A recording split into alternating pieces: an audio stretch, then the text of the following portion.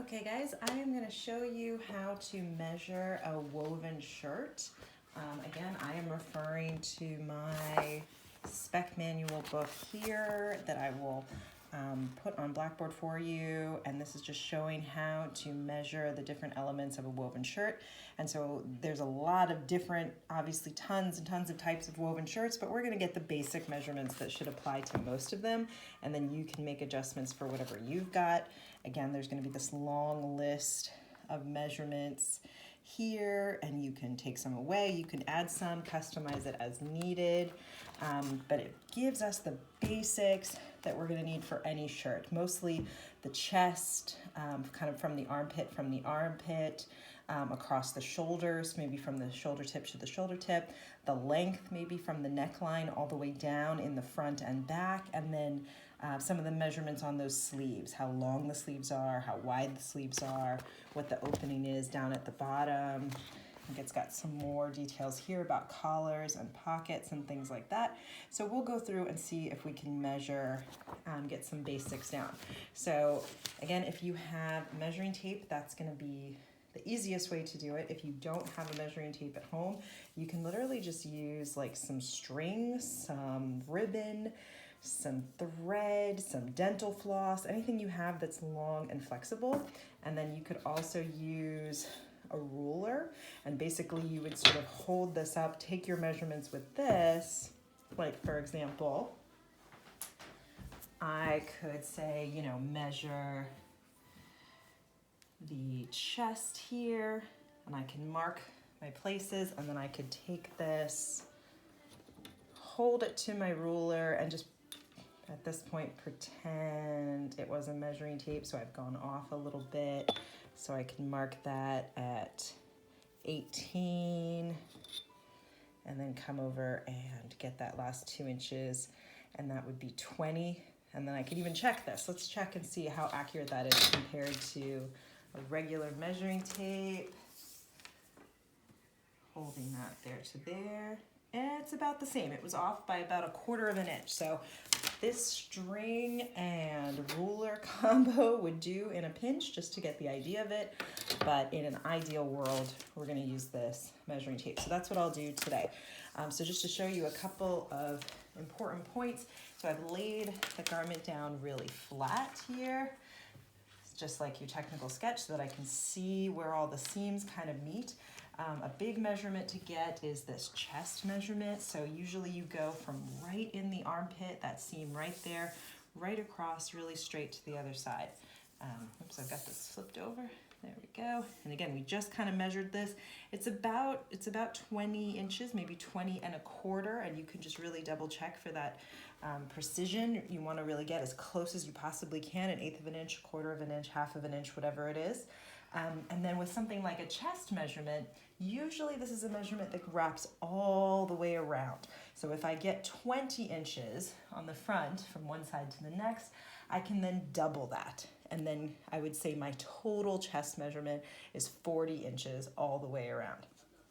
Another measurement to get might be a waist measurement. So this might be where it dips in the narrowest part of the waist. In the case of this particular top, it kind of comes straight down, and in fact it even flares out at the bottom. So you could always pick a certain arbitrary point. You can say either from the very top here, or from the neckline here, this many inches down. Like say I went from, this is where the neck sort of opens here, I could say 10 inches down from the center neckline, which is right here. That's about middle. My waist measurement would be, and it kind of flares out, so this is like 21 1/4. So you can double that and say 42 1/2 would be the waist, because it actually starts to flare out into an A shape. Or you can just measure the bottom opening measurement, and then they'll know that this measurement here to this measurement here, they'll kind of understand that it flares out into an A-line shape. Something really interesting about this shirt, I'm not sure if you can see, let me move that here, that it's longer in the back than it is in the front. So this is definitely something you'd want to note. When you measured the front measurement, you would measure from the side seam to the side seam. So I could say my front bottom measurement, and see how I'm kind of picking the fabric up at this point because it's wrapping around a little bit. I want to make sure I follow it exactly. This front measurement is about 24 inches, and then I could flip it over and measure the back, which seems like it might be a little bit different. Let's check and see. I'm just sliding it along, picking it up as I go to make sure I'm following it. And this one's actually 26.5 inches, so it flares out sort of quite a bit more.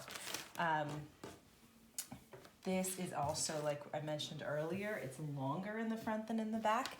And same, if you were gonna take a length measurement on this, start from your neckline and come straight down. So it's 19 inches in the front. But in the back, if I go from my back neckline, which is a lot higher, it's actually 27 inches in the back from the very top of the back. And I could do this on the back if that makes more sense for you. That length is 27 inches from the top of the neck all the way down to the back. You can also note an important measurement is how much that neckline really drops. So I'll bring this a little bit closer.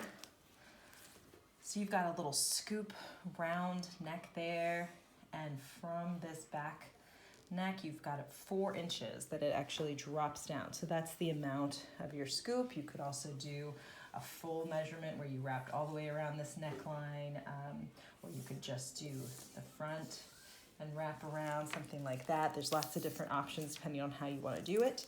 Another big measurement, I'd say, aside from the chest, is usually where the fit is most important. So that's a measurement you definitely want to have accurate. And then the sleeves as well. So you would first start with the shoulders in general. So we can go from like the shoulder tip, which is where that sleeve connects, to the next shoulder tip. It's 15 inches. So I'm just laying it really flat, letting it go right across. And then for my sleeve, I could actually come and measure that individually. And you could do this top sleeve sort of, right on top of the shoulder. It comes down at about 19.5 inches. And then on the bottom here, it's 13 inches. So slightly different measurements because it's building in for this shoulder here. Another really important measurement is the opening of the sleeve cuff. Now this is interesting because it's got a little piece of elastic on it, so it's causing it to actually bunch up to a much smaller amount. So when I measure something with elastic on it, I actually want to stretch it out as full as it can go to get that measurement. So say I stretch this out, we're gonna have to kind of hold it. There we go. Ooh, this is a tough one. Hold it open to stretch it out so that we can see that it's actually, I'd say, 7.5 inches. So 15 inches total is the width around the bottom of that. And then you could take another measurement of it with the elastic in it and then say it's 15 inches, but elastic band is in there, and then shrinks it down, actually, because this is now 4.25 to 9 inches total. So 15 inches scrunched in to a 9-inch hole gives you that little elastic band, if that makes sense. I believe those are sort of the most important measurements of the shirt. We'll just double check and see what else they say. I feel like you're getting your back and front length is really important. Your sleeve detail is really important. The opening there, across the shoulders. Oh, and you could also measure some actual measurements on the sleeves is another thing. They suggest maybe like how wide this actual arm is, like how big your bicep is, somewhere in there. You could just come down at that point of the armpit and just go straight across and get the widest point, which is about 7 inches here. So again, I would double that and say it's about 14 inches around. And so if that gives you an idea of the flare of the sleeve, remember when we came down to the bottom, it went out to 15 inches. So it actually starts a little smaller and flares out larger down here and then comes back in with the elastic. So hopefully that gives you an idea of how to measure a shirt or some of the different measurements.